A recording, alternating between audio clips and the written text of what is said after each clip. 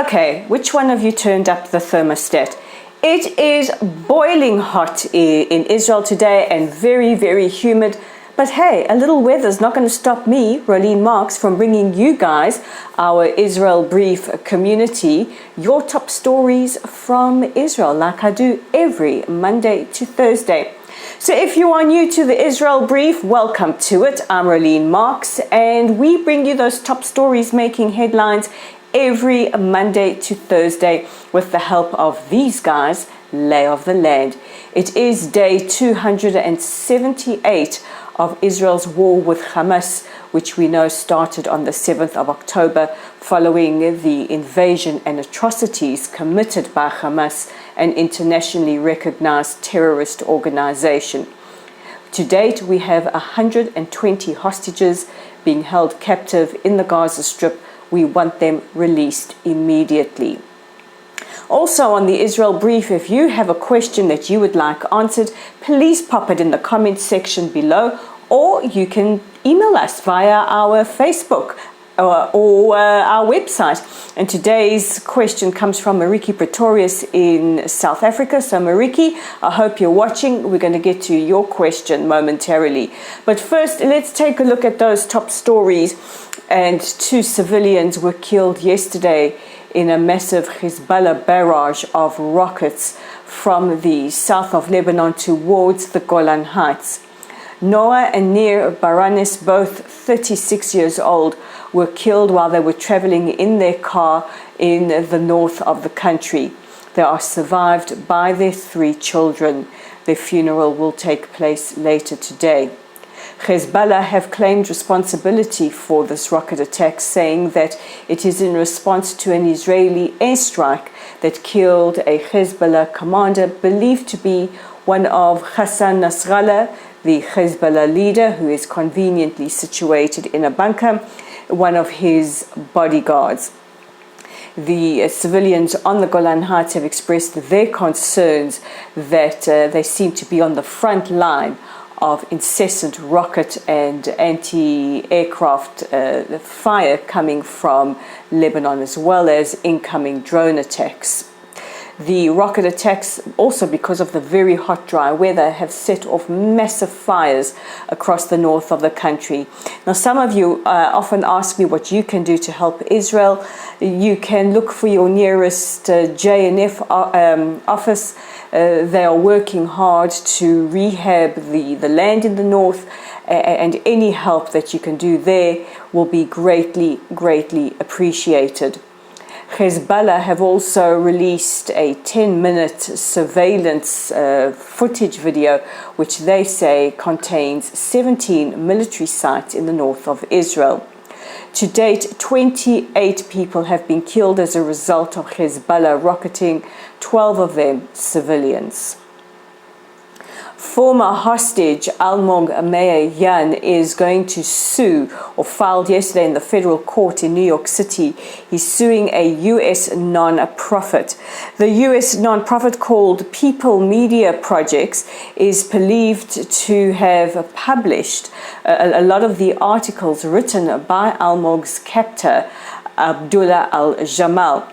Al-Jamal, a journalist whose work was published in Al Jazeera and in the Palestine Chronicle, kept Almog along with Andrei Koslov and Shlomi Ziv captive since taking them hostage on the 7th of October. The 3 were rescued by Israel's elite Yamam forces just last month. So it is going to be interesting. What we are seeing is an increase in the amount of lawsuits being filed against the countries that have financed, non-profits, and other entities that created the environment or were a part of the atrocities of the 7th of October. And this includes the FBI. According to a report by Bloomberg, the FBI are interviewing survivors and family members of the victims of the 7th of October.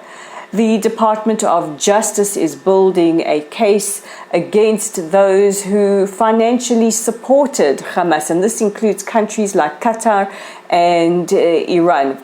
If I was the FBI, I would say maybe you want to take a gander into South Africa. Just saying, we know what South Africa's stance has been towards Israel, and to me, their sudden influx of funding which they have used to fund the case at the ICJ certainly raises alarms. Now, the Department of Justice have declined to comment, but the interviewees are presenting the FBI with whatever photos, whatever text they have in order to build a timeline of the attacks.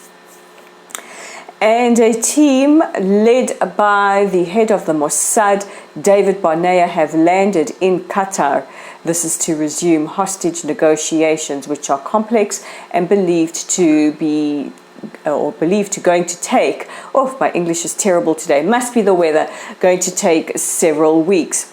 In the proposed deal, what we can expect includes a 42-day halt and the release of women, the elderly, and sick hostages.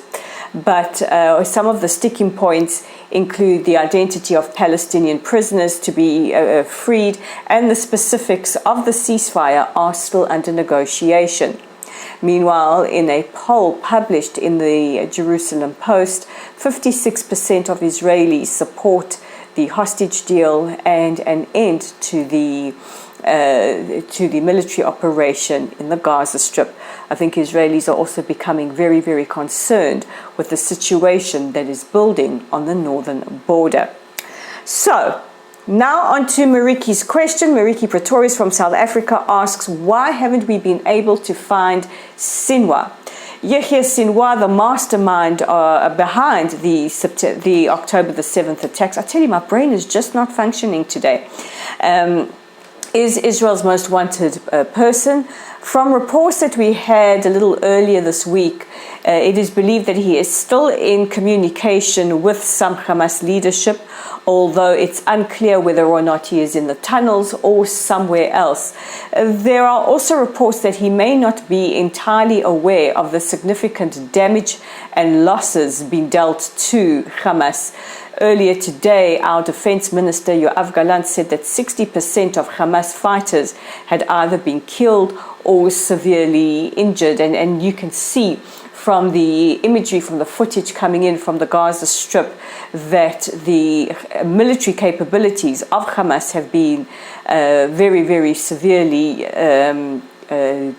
damaged. However, the hunt remains for Sinwar, where he is, and apparently he only communicates with 2 or 3 very, very select people who make sure that all his needs are met. So this is what has been made public. Obviously, we don't know what is happening behind the scenes, any intelligence that has been gleaned or is being gathered. But as soon as I know, Mariki, I promise you, I will tell you. And that's it from me for really, guys, I'm having my brain is melted. That is it from me for you guys for today. Don't forget to check out our website at www.layoftheland.online. Our Facebook community is at Luttle Site. Our YouTube channel is right at the Israel Brief. Click on that red subscribe button, and we're on X at Lay of the Land 5. I'm going to go stick my head in the freezer now. Guys, you take care of yourselves, take care of each other, and I will see you again tomorrow. Bye for now.